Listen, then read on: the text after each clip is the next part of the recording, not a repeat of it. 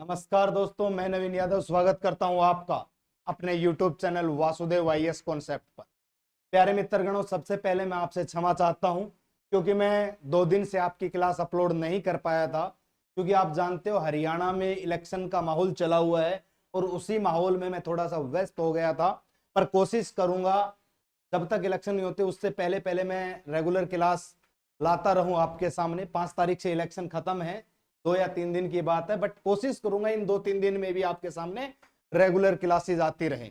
तो आप टेंशन मत लेना कि क्लासेस नहीं हो रही हैं, आपकी क्लासेस होती रहेंगी। कोशिश करूंगा लगातार अपलोड करता रहूं। अगर एक आध बार नहीं भी कर पाया तो उसके लिए मैं क्षमा चाहता हूं, बट 5 तारीख से कंटिन्यू आपकी क्लास लगातार सुचारू रूप से चलती रहेंगी। आप लोगों को टेंशन लेने की जरूरत नहीं है। जैसा कि आप जानते हो, हम क्वेश्चन सीरीज चला चुके हैं अपनी भार्गव अस्त्र, और भार्गव अस्त्र का दूसरा पार्ट में लेके आया हूं। इंडस वैली सिविलाइजेशन और स्टोन एज के मैंने कुछ क्वेश्चन पिछली क्लास में करवाए थे और कुछ क्वेश्चन इस क्लास में करवाऊंगा। लगातार मैं जो क्वेश्चंस हैं आपके, वो इंडस वैली सिविलाइजेशन और स्टोन एज के 2 पार्ट लेकर के आया हूं। मैं इसी प्रकार टॉपिक वाइज इंपॉर्टेंट क्वेश्चन लेके आता रहूंगा। हर टॉपिक से 40 से 50 क्वेश्चन मैं कवर करवाऊंगा हर टॉपिक से, क्योंकि मैं चाहता हूं कि एक भी टॉपिक आपका ऐसा ना बचे जिससे आपको क्वेश्चन ना आता हो। बस आप पढ़ो, क्वेश्चन करवाने की जिम्मेवारी मेरी है। सारे प्रीवियस ईयर क्वेश्चन लेके आ रहा हूं, ये पूरी की पूरी सीरीज प्रीवियस ईयर पे बेस है। तो आप सभी को धैर्य से इन चीजों को सीखना है और कोशिश करूंगा जल्द ही मैं आपके सामने लाइव सेशन भी लेना शुरू करूं। 5 तारीख तक तो मैं लाइव सेशन की बात नहीं कह सकता, बट 5 तारीख के बाद कोशिश करूंगा 6, 7, 8 जब भी टाइम मिला मैं लाइव सेशन के लिए आपके सामने अनाउंस कर रहा हूं। और जल्द ही मैं लाइव सेशन लेके आऊंगा ताकि आप वहीं क्वेश्चंस को दोहरा सको और वहीं से क्वेश्चन सीख सको। तो प्यारे मित्रगणों, आइए हम अपनी सीरीज भार्गव अस्त्र के तहत आज की प्रश्नोत्तरी को देखते हैं। किस प्रकार से आज की हमारी प्रश्नोत्तरी है। प्यारे मित्रगणों, मैं आप लोगों से आग्रह करता हूं कि आप हमारे चैनल वासुदेव आईएएस कॉन्सेप्ट को सब्सक्राइब कर लें। और जिस चीज के लिए हम प्रिपरेशन कर रहे हैं वो यूपीएससी, एनडीएस, सीडीएस, सीएपीएफ और ऑल कॉम्पिटिटिव एग्जाम्स के लिए है। दूसरा भाई, हाँ, आप हमारे चैनल को लाइक, शेयर, सब्सक्राइब करने के साथ साथ बेल आइकन जरूर दबा लेना, ताकि आने वाली वीडियोज की, आने वाली क्लासेज की नोटिफिकेशन आप तक पहुंच सके। ठीक है, तो आप सभी ज्यादा से ज्यादा चैनल को शेयर कर दिया करें, ज्यादा से ज्यादा चैनल को सब्सक्राइब करवाया करें अपने यारे प्यारे दोस्तों मित्रगणों से। हमारे चैनल पे आपको हर चीज अवेलेबल मिलेगी और जल्द ही मैं आपके सामने अदर सब्जेक्ट के टीचर भी लेके आ रहा हूं। जल्द ही आपकी समस्या जो अदर सब्जेक्ट्स में है वो भी मैं जल्द ही सॉल्व करूंगा ताकि आपको दिक्कत ना हो। चलिए आज की प्रश्नोत्तरी पर हम बात करते हैं। आज की हमारी प्रश्नोत्तरी का पहला प्रश्न किस प्रकार से है उसकी हम बात करेंगे। तो आज की जो हमारी प्रश्नोत्तरी का पहला प्रश्न है,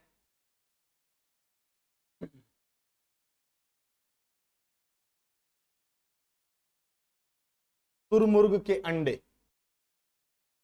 उससे पहले तुरमुर्ग के अंडों से पहले मैं आपको बता देता हूं, पहला क्वेश्चन जो हमारा है इस प्रकार से है। पेन ले लेते हैं हम यहां से दूसरा, क्योंकि पीपीटी वाला जो पेन है वो अपडेटेड नहीं है तो थोड़ी सी दिक्कत हो जाती है। तो पहला प्रश्न है हमारा, निम्नलिखित में से किस भारतीय राज्य में हड़प्पा नगर के अवशेष नहीं पाए जाते या हड़प्पा के नगर नहीं पाए जाते? कौन सा भारतीय राज्य ऐसा है? अब नगर ही नहीं पाए जाएंगे तो अवशेष भी नहीं मिलेंगे। तो एक ऐसा राज्य है जिसमें हड़प्पा के नगर या अवशेष नहीं मिलते।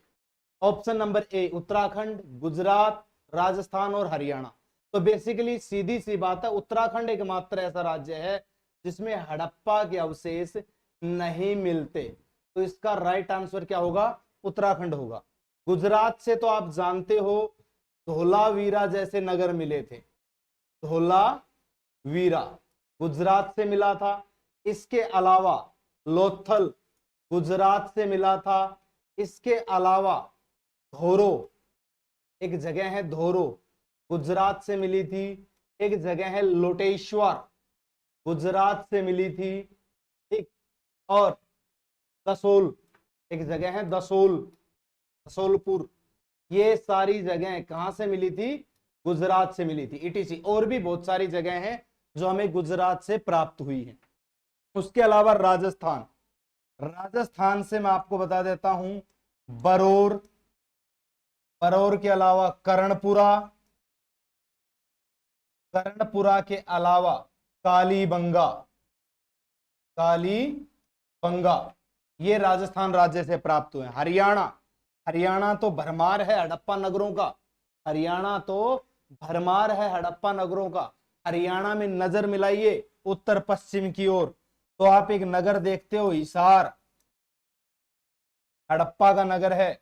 एक नगर देखते हो कुणाल, हड़प्पा का नगर है। एक नगर देखते हो राखी गढ़ी, हड़प्पा का नगर है। एक नगर देखते हो बिरडाना, हड़प्पा का नगर है। एक नगर देखते हो तिगराना, हड़प्पा का नगर है। एक नगर देखते हो फरमाना, हड़प्पा का नगर है। एक और है बालू का टीला, एक जगह है बालू का टीला, ये भी हड़प्पा कालीन नगर है। ये सारे के सारे नगर हरियाणा से मिले हैं, ये नगर राजस्थान से मिले हैं, और ये नगर गुजरात से मिले हैं। उत्तराखंड से हमें कोई हड़प्पा नगर प्राप्त नहीं हुआ है। क्वेश्चन बोथ लैंग्वेज में आपके साथ है, बाई लैंग्वेज में है। In which of the following Indian states Harappan cities have not been found. और एसएससी सीजीएल 2022 में पहली ही शिफ्ट में आया हुआ प्रश्न है, पहली शिफ्ट में आया हुआ क्वेश्चन है 2022 में। उसके बाद अगले प्रश्न की ओर हम बढ़ते हैं। तो अगला प्रश्न हमारा क्या कहता है, अगले प्रश्न की मैं बात करता हूं। निम्नलिखित में से किस युग के दौरान भारत में तुरमुर्ग के अंडे पाए गए थे? किस युग के दौरान तुरमुर्ग के अंडे पाए गए थे, बताइए भाई। तो देखिए युग की बात आ गई, युग, एक ऐसा युग जिसमें तुरमुर्ग के अंडे पाए गए। तो देखिए पुरा पाषाण के टाइम पे, जो पाषाण काल का सबसे पहला भाग था, ऑप्शन नंबर डी इसका राइट आंसर होगा। पाषाण काल का सबसे पहला और सबसे बड़ा भाग पुरा पाषाण काल है। और इस समय पे एक जगह है महाराष्ट्र, एक राज्य हमारा, और महाराष्ट्र में एक जगह पड़ती है पाटन। इस महाराष्ट्र पाटन से बड़ी मात्रा में तुरमुर्ग के अंडों के छिलके हमें प्राप्त हुए हैं, ये बात आपको याद रखनी है, ठीक है। इसके अलावा इससे भी पहले आंध्र प्रदेश जैसे क्षेत्र में हमें तुरमुर्ग के अंडों के छिलके मिले हैं। लेकिन मैं आपको बता देता हूं, ऑप्शन में अगर आंध्र प्रदेश नहीं दिया गया और महाराष्ट्र है, तो आपका राइट आंसर क्या होगा? महाराष्ट्र होगा, आपको घबराना नहीं है। पाषाण काल को 3 चरणों में बांटा गया था, पूरा पाषाण, मध्य पाषाण और नवपाषाण। 3 चरणों में बांटा गया था, जिसमें सबसे पहला और सबसे पुराना जो है वो है पूरा पाषाण काल, जिसको पैलियोलिथिक बोलते हैं इंग्लिश के अंदर। क्या बोलते हैं? पैलियोलिथिक। मध्य पाषाण को मेजोलिथिक और नव पाषाण को नियोलिथिक इंग्लिश में कहा जाता है। ऑप्शन नंबर डी पैलियोलिथिक इसका राइट आंसर रहेगा। During which of the following ages were ostrich found in India.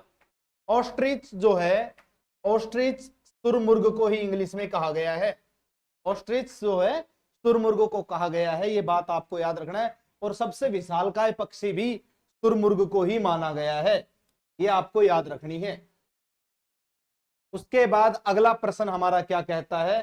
तो अगला प्रश्न कहता है निम्नलिखित में से किस पुरा स्थल में जेडाइट पत्थर पाया गया है?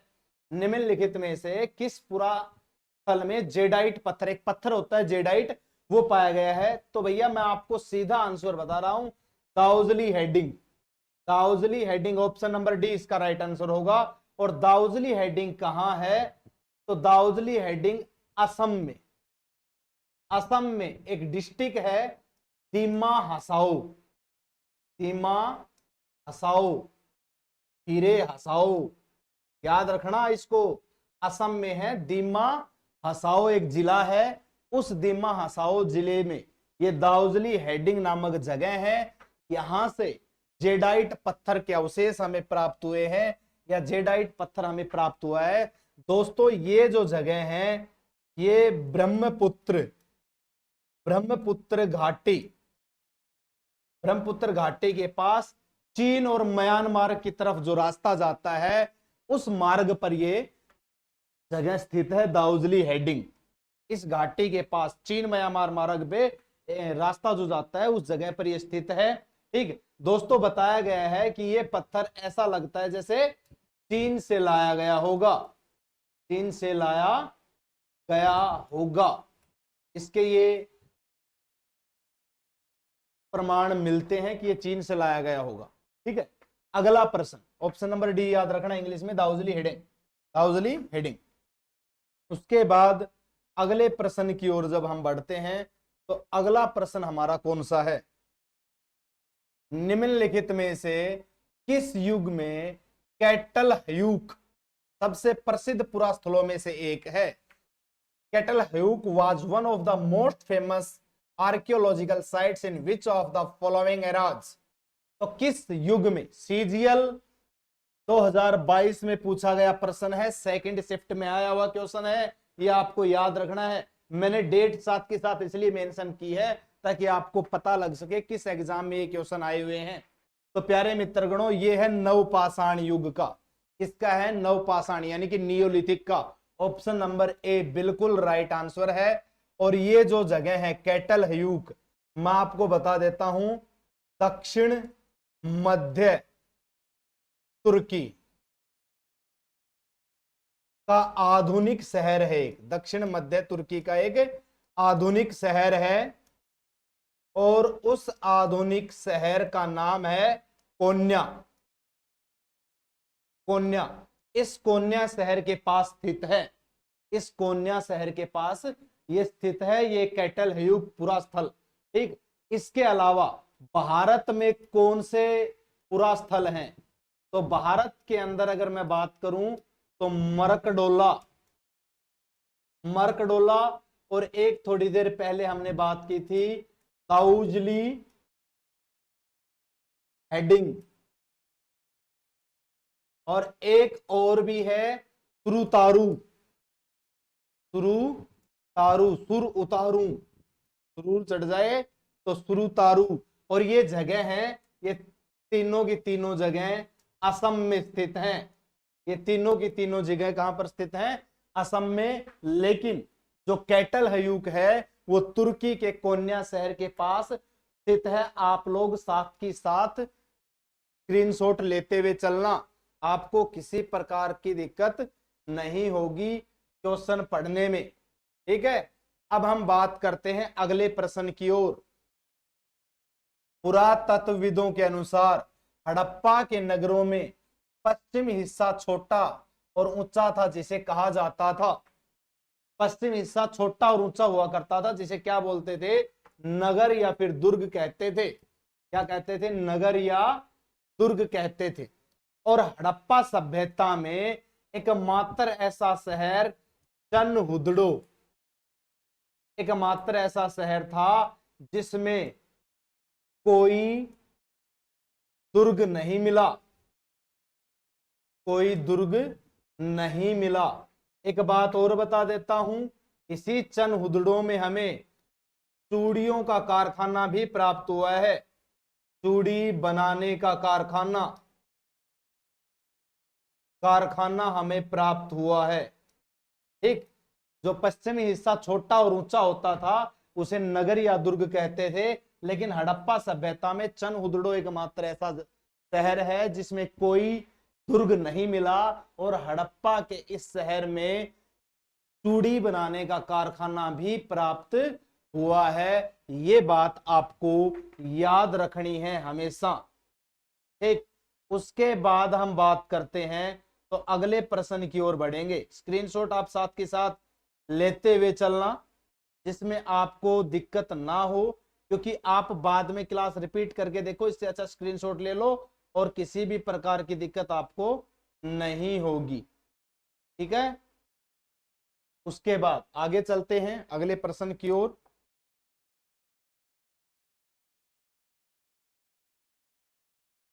निम्नलिखित में किस धातु का उपयोग हड़प्पा के नगरों में हथियार और औजार बनाने के लिए किया जाता था? कौन सी ऐसी धातु थी जिसका प्रयोग हथियार बनाने के लिए किया जाता था? तो ऐसी धातु हड़प्पा के समय पे तांबा थी। Option number C right answer होगा।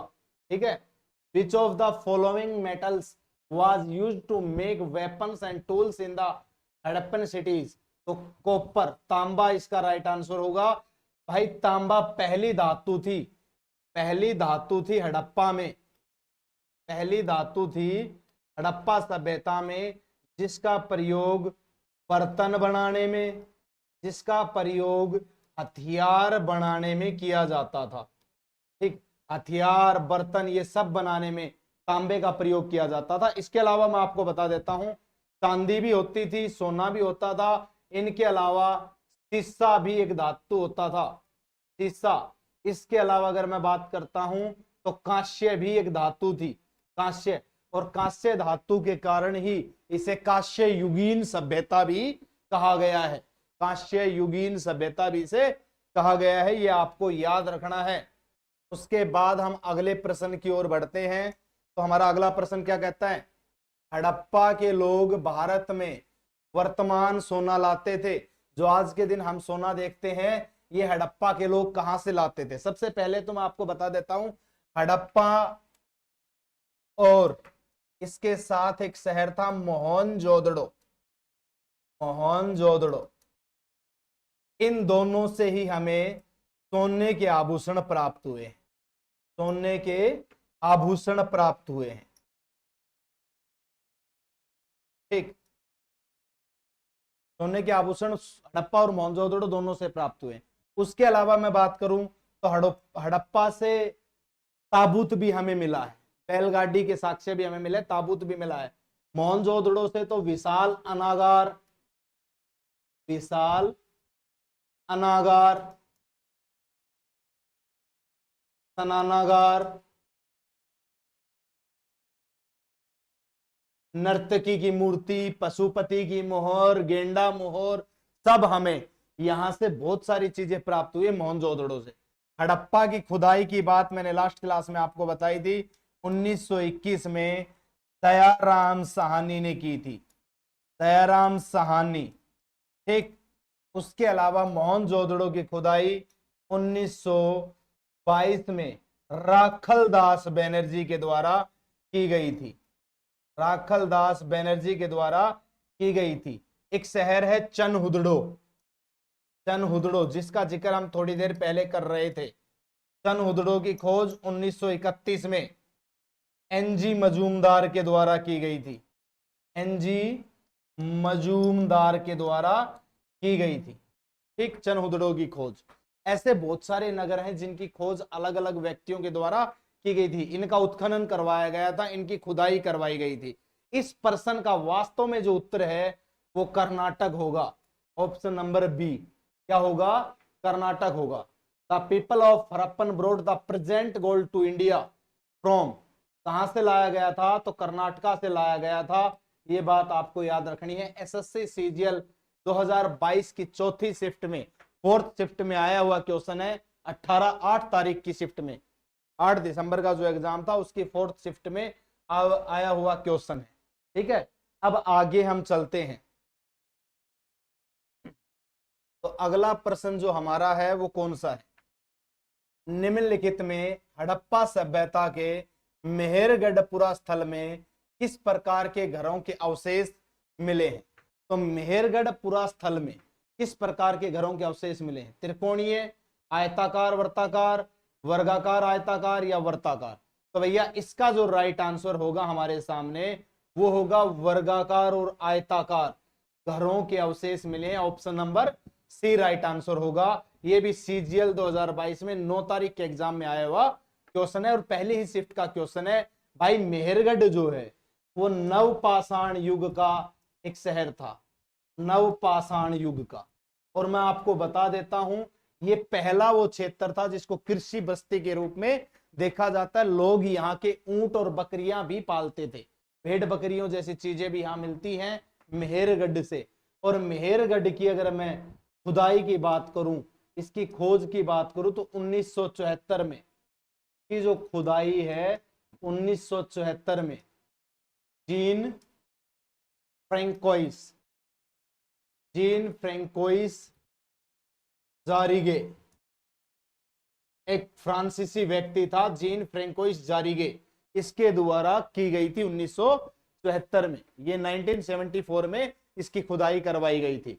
और यहां से जो घरों के अवशेष मिले वो वर्गाकार और आयताकार मिले हैं। ठीक, उसके बाद अगर मैं अगले प्रश्न की ओर बढ़ता हूं तो अगला प्रश्न हमारा क्या कहता है, इंडिया शब्द इंडस से आया है जिसे संस्कृत में खालिस्तान कहा जाता है। इंडिया शब्द इंडस से आया है जिसे संस्कृत में क्या कहा जाता है, तो सिंधु, क्या कहा जाता है, सिंधु कहा जाता है। ठीक, सीजीएल 12/12/2022 की फर्स्ट शिफ्ट में आया हुआ क्वेश्चन है। और सिंधु जो है इसी नदी पर बसे होने के कारण इसे इंडिया बोल दिया गया, इंडस के कारण। संस्कृत का शब्द है सिंधु, ये भी याद रखो। इसने यही पूछा है संस्कृत में क्या कहा जाता है, तो इंडस कहा जाता है। भारत के इसके अलावा अन्य नाम भी थे। एक तो नाम भारत है, एक इंडिया है। इसके अलावा आर्यवर्त भी हमारे देश का नाम हुआ है, आर्यवर्त। इसके अलावा हमारे देश का नाम हुआ है भारत। इसके अलावा हमारे देश का नाम हुआ है हिंदुस्तान। इसके अलावा हमारे देश का नाम हुआ है जम्बू द्वीप, जम्बू द्वीप। ये सब भारत देश के नाम हुए हैं। ये भारत का नाम पूछ लिया गया इसलिए मैंने आपको बता दिया। ठीक, सिंधु डी आंसर होगा इसका। ठीक है, क्वेश्चन था the word India comes from Indus which is called in Sanskrit. ठीक, सीजीएल 2022 12/12/2022 में पूछा गया प्रश्न। ठीक है, उसके बाद अगले प्रश्न की ओर बढ़ते हैं। चलिए, तो क्या कहता है, लगभग मध्य पाषाण युग की अवधि वर्ष पूर्व से खालिस्तान तक मानी जाती है। खालिस्तान आए गए, खालिस्तान तक मानी जाती है। किस वर्ष से किस वर्ष तक मानी जाती है? दोस्तों ये अनुमानित क्वेश्चन है, ऐसा फिक्स नहीं है कि इस वर्ष से इस वर्ष तक रही होगी। तो देखिए जो 3 पाषाण काल थे, मैं तीनों की ही अवधि आपको यहां पर क्लियर कर देता हूं। एक तो है पूरा पाषाण, जो कहा जाता है 5 लाख बीसी से 10,000 बीसी तक रहा, ऐसा माना गया है। बीसी यानी कि बिफोर क्राइस्ट, ईसा पूर्व। मध्य पाषाण की जो अवधि है, मध्य पाषाण की जो अवधि है वो पूरा पाषाण के अंतिम चरणों में 12,000 बीसी से 10,000 बीसी तक मानी गई है। एक नव पाषाण की जो अवधि है, नव पाषाण की जो अवधि है वो 7,000 बीसी से 1,000 बीसी तक मानी गई है। ठीक, तो इस क्वेश्चन के हिसाब से जो इसका राइट आंसर होगा वो 12,000 बीसी से 10,000 बीसी तक होगा। ऑप्शन नंबर सी इसका राइट आंसर होगा। बट ये एक अनुमानित समय है, इसके बारे में कोई पुख्ता जानकारी हम नहीं कह सकते कि ठीक इन्हीं वर्षों में शुरू हुआ होगा। ठीक इन्हीं वर्षों में नहीं कह सकते, ये थोड़ा बहुत ऊपर नीचे भी हो जाते हैं। अकॉर्डिंग टू दिस क्वेश्चन ये हम राइट आंसर करके आएंगे 12 से 10,000 बीसी। ठीक है, ये आपको राइट आंसर करना होगा। उसके बाद हम बात करते हैं अगले प्रश्न की। तो हमारा जो अगला प्रश्न है वो क्या कहता है, मोहनजोदड़ो के विशाल स्नानागार की आकृति कैसी थी? एमटीएस 2022 में पूछा गया प्रश्न है। तो मोहनजोदड़ो के विशाल स्नानागार क्या करती? तो दोस्तों आयताकार हुआ करती थी। ऑप्शन नंबर ए मैं यहां पर राइट करूंगा। इसकी जो शेप थी वो कैसी थी? आयताकार। मैंने आपको बताया था ये एक आयताकार बहुत बड़ा टैंक होता था और इसके उत्तर और दक्षिण में सीढ़ियां लगी हुई होती थी और इस प्रकार से एक गलियारे का प्रयोग किया जाता था।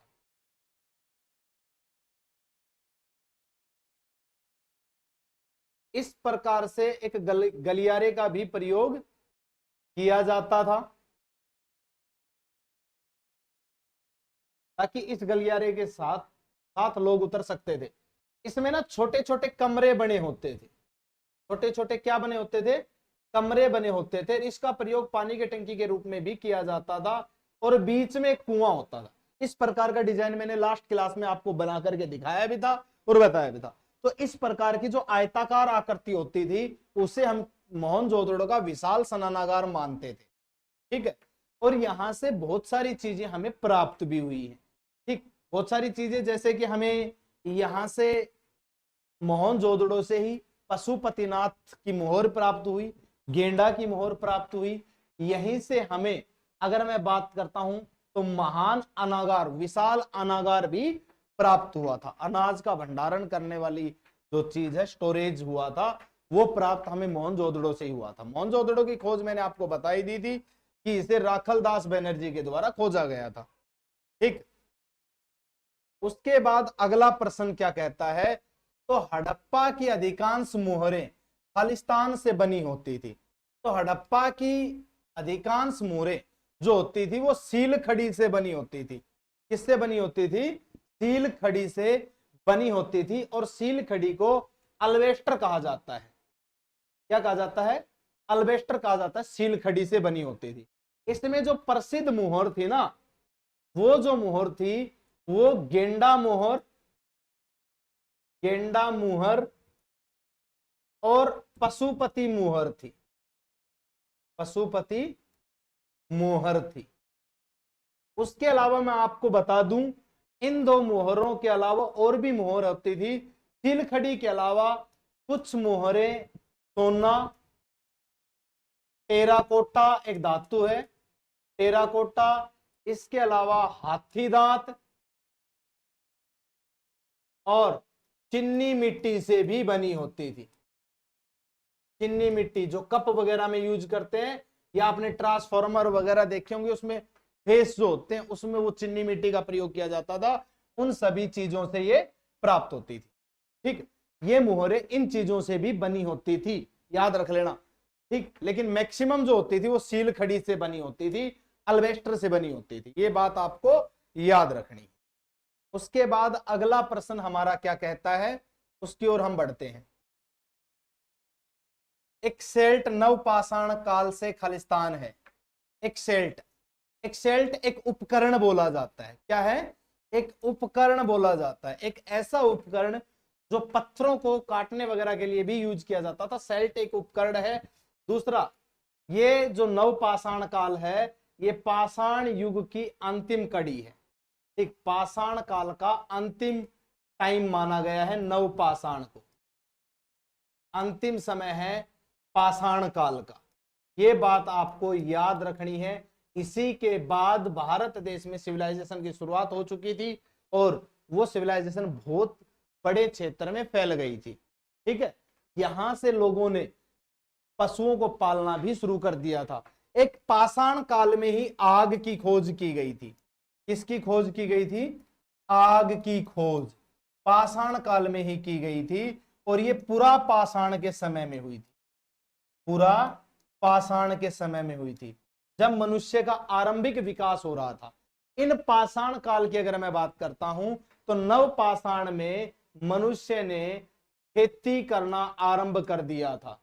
एक बात और भी बता देता हूं, इससे पहले के जो दो पाषाण काल थे, उन पाषाण काल की अगर मैं बात करता हूं, स्टोन एज की जो मैं बात करता हूं, तो उसमें मनुष्य की अर्थव्यवस्था का मुख्य आधार शिकार करना हुआ करता था। वो लोग जानवरों का शिकार करके अपना पेट भरते थे।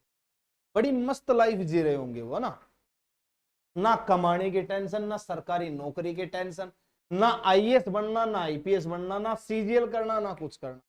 बस एक भाला उठाया, शेर हुआ, कुत्ता हुआ, किसी को भी मार दिया और खा लिया।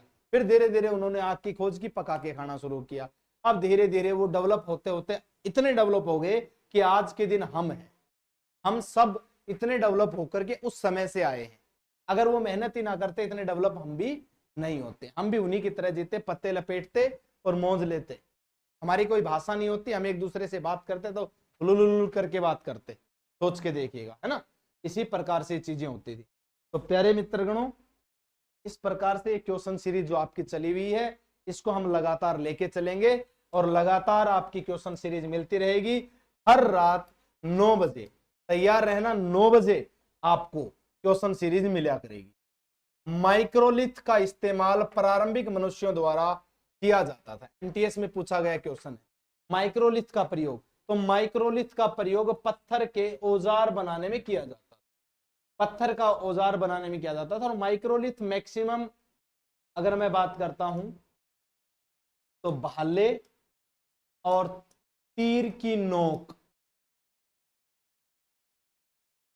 बनाने में मैक्सिमम यूज होता था। ये माइक्रोलिथ टेक्नोलॉजी फेंक के शिकार करने वाले हथियार के लिए प्रयोग किए जाते थे, जिस शिकार को हम फेंक सकते हैं।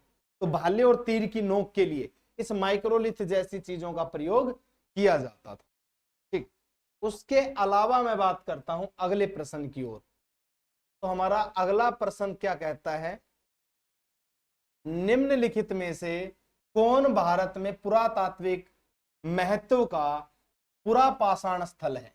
एमटीएस 2021 में आया हुआ क्वेश्चन, आर्कियोलॉजिकल का एक पुरापाषाण स्थल है तो हुंसगी। हुंसगी जो है ऑप्शन नंबर 3 राइट आंसर होगा। इसने सीधा पूछा हुआ है, which of the following is a Palaeolithic site and archaeological importance of India. SSC MTS में पूछा गया है, तो ये क्या होगा, हुसनगी। हुसनगी जो जगह है ये कर्नाटक के यादगीर में स्थित है। कर्नाटक में स्थित है भाई, कहां पर स्थित है, कर्नाटक।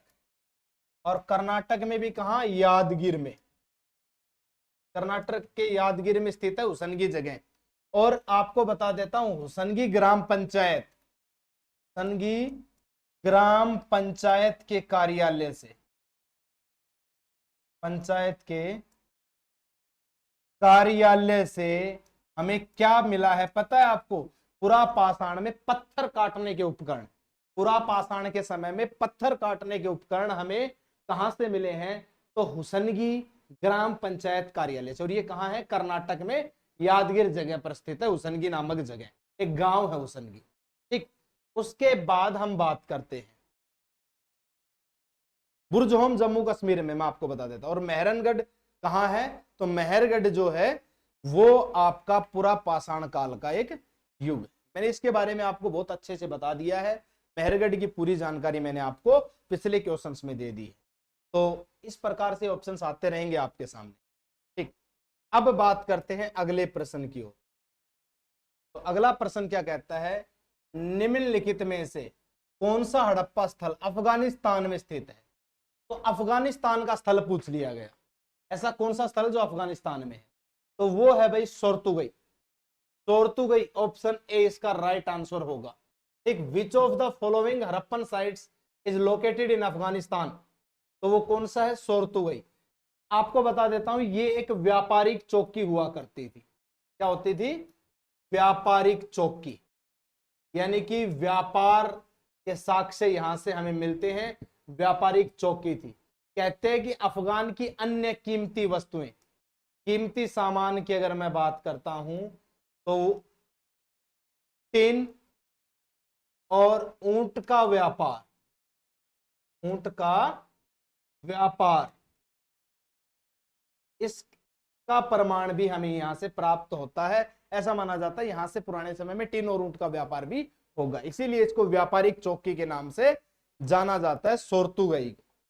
ठीक, उसके बाद अगला प्रश्न हम देखते हैं, तो सिंधु घाटी सभ्यता के निम्नलिखित में से कौन से स्थल सिंधु नदी के तट पर नहीं है।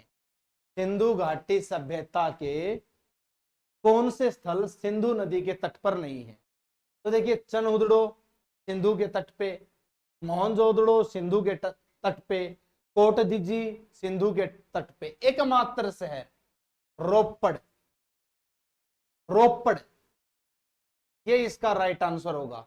रोपड़ सतलुज नदी पर स्थित, रोपड़ सतलुज नदी पर स्थित है। आपको ये बात याद रखनी है। रोपड़, रोपड़ कहां पड़ता है? पंजाब में पड़ता है। कहां पड़ता है आज के दिन? पंजाब में पड़ता है। बाकी तीनों जो जगह है वो कहां स्थित है? बाकी की तीनों जगह आपकी सिंधु नदी के तट पर स्थित है, बस रोपड़ को छोड़ करके, रोपड़ को छोड़ करके। ये आपको याद रखना है, ठीक? ये हमेशा आपको याद रखनी होगी।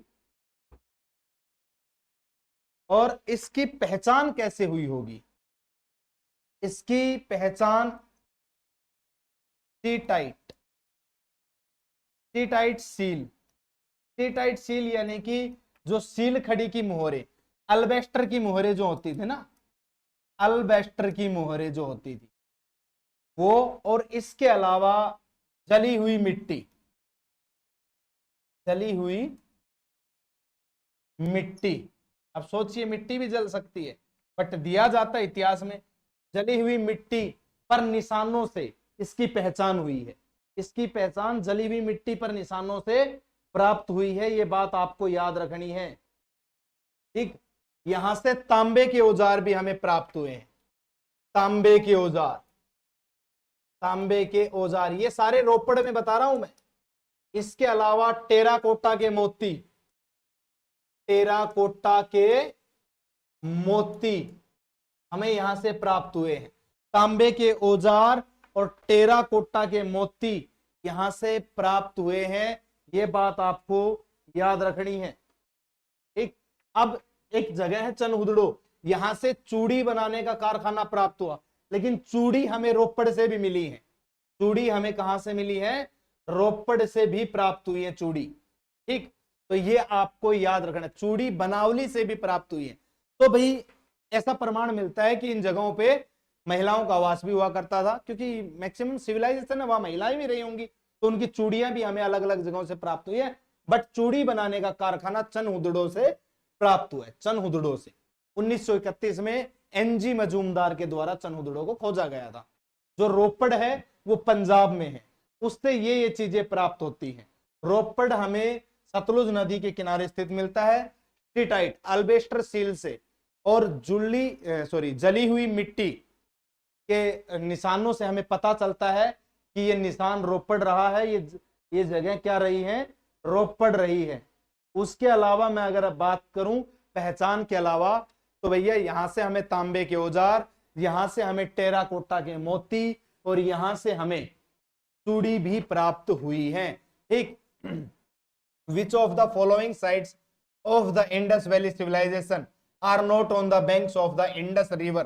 तो क्या राइट आंसर मैंने बताया? रोपड़, ऑप्शन नंबर सी इसका राइट आंसर रहेगा।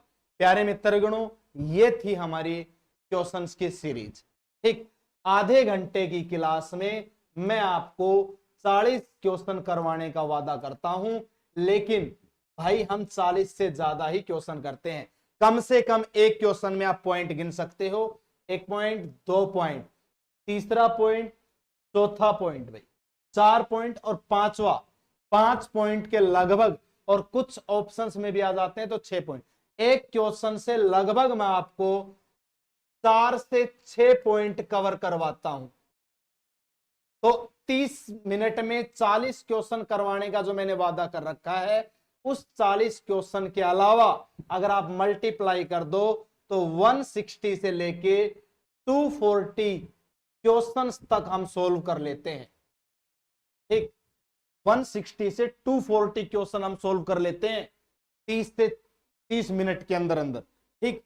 तो आप सभी इसी प्रकार से इस क्वेश्चन सीरीज से, इस प्रश्नोत्तरी से जुड़े रहिए। लगातार हम भार्गव स्तर की सीरीज को चलाते रहेंगे, लगातार आपके सामने इसी प्रकार प्रीवियस ईयर क्वेश्चंस लाता रहूंगा। और प्यारे मित्रगणों, मैं आपको बता देता हूं कि जल्द ही मैं अदर सब्जेक्ट की क्लासेस भी आपके सामने ला रहा हूं। आपकी सभी समस्याओं का समाधान मैं करूंगा। अब आपकी मुख्य परीक्षा की टेंशन आपकी खत्म हो चुकी है। आप मेंस जब देने जाओगे सीजीएल का, तो आप हमसे जुड़ करके जाना, हमारे क्वेश्चंस को पढ़ के जाना। गारंटी देता हूं मेंस में जो क्वेश्चन डेवलपमेंट आपको देखने को मिलेगा, 100% कोई चीज अपने आप में नहीं होती, बट गारंटी देता हूं 90% आपको आपके पढ़े हुए में से प्राप्त होगा।